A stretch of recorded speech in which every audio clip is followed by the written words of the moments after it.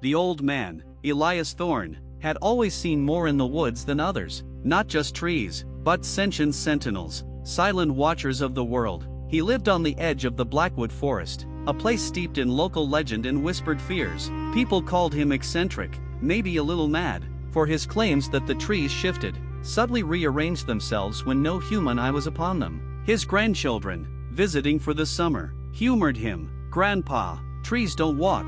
Little Lily would giggle, tugging at his worn overalls. Elias would just smile, a knowing glint in his ancient eyes. One sweltering July afternoon, Elias decided to show them. "Today, we'll see," he rasped, leading them deep into the Blackwood. He carried an old, heavy camera with a clunky tripod, a relic from his days as a nature photographer. He set it up facing a distinctive cluster of 3 ancient oaks, their gnarled branches intertwined like old friends. "We'll leave it here," he explained, "and check it tomorrow. The camera will see what we cannot." The children, bored but intrigued, helped him camouflage the camera with moss and leaves. As they left, Elias looked back at the trees, a flicker of something akin to respect, or perhaps fear, in his gaze. The next morning, Lily and her brother, Tom, were surprisingly eager. They followed Elias back to the oaks. The camera was still there, undisturbed. Elias carefully retrieved the footage. Back at his cabin, he connected the camera to his ancient monitor. The children crowded around, their eyes wide. The first few hours of footage showed only static leaves, dappled sunlight, and the occasional bird. Then, as dusk settled, the screen flickered. A low, guttural creak, faint but undeniable, seemed to emanate from the speakers. The first oak, the largest, began to sway, not with the wind, but with an internal tremor. Its roots, thick as boa constrictors, began to pull free from the earth. Slowly, deliberately, Tom gasped. Lily whimpered, clutching Elias's arm. The other 2 oaks followed suit, their colossal forms shifting, groaning, their branches intertwining further as if in a silent, ancient conversation. They moved with an almost agonizing slowness, each step a deliberate, monumental effort. They weren't just walking, they were migrating, repositioning themselves. Then, the true horror began to unfold.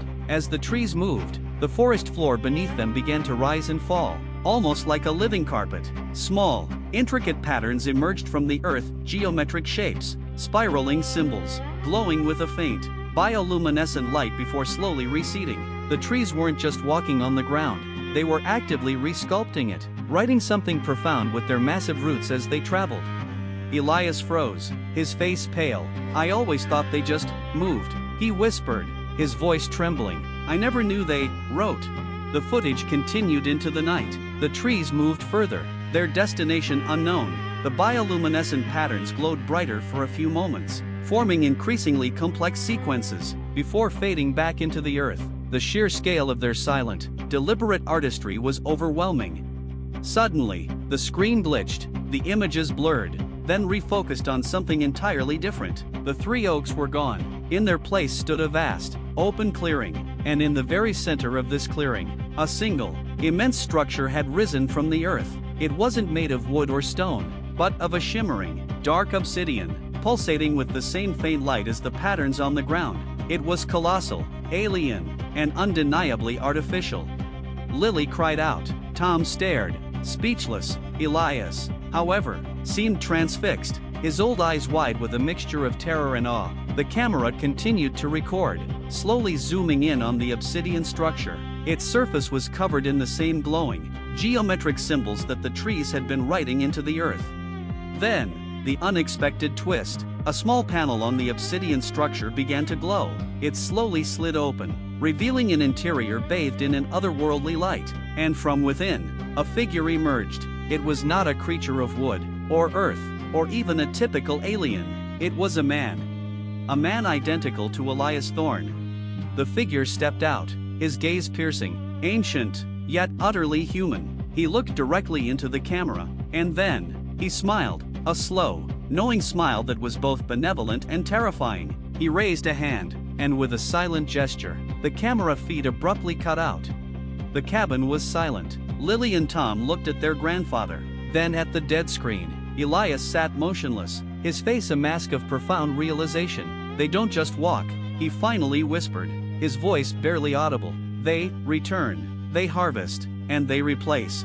He explained, his voice gaining a chilling steadiness, that the trees weren't just trees, they were ancient, sentient organisms, yes, but they were also a living data network, a vast, organic supercomputer spanning the globe. They walked to access specific energetic nodes in the Earth, rewriting the planet's surface with their roots to create intricate patterns that charged and activated specific structures. And these structures? They were vessels, or rather, incubators. Elias pointed a trembling finger at the blank screen. They grow us, they cultivate humanity. We are their harvest, their carefully engineered crop. And when one of us reaches a certain age, a certain level of accumulated wisdom or experience, they come to collect, to download, to transfer.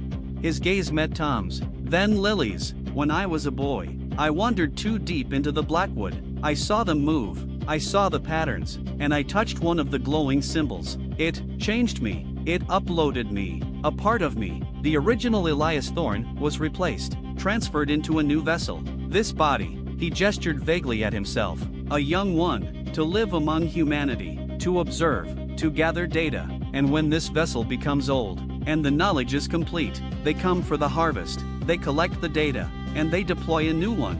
The man who had emerged from the obsidian structure on the footage, identical to Elias, was the new Elias Thorne, the next iteration. This Elias, the one sitting with his grandchildren, was about to be harvested. His memories, his experiences, his very consciousness, would be absorbed into the vast, organic network of the walking trees, and a new, younger Elias would walk out of the Blackwood, carrying the accumulated knowledge of countless generations, ready to begin his cycle anew.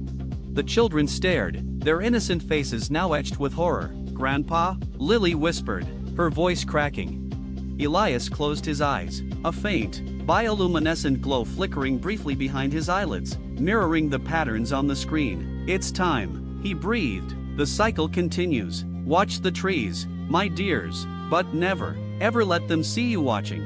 The cabin began to creak, not like old wood, but with the deep, resonant groan of something immense moving beneath the earth. The air grew heavy, thick with the scent of ozone and damp soil. Outside, in the now darkening Blackwood, the faint, green glow of ancient roots pulsed in the distance. The harvest was beginning, and the new Elias was already waiting.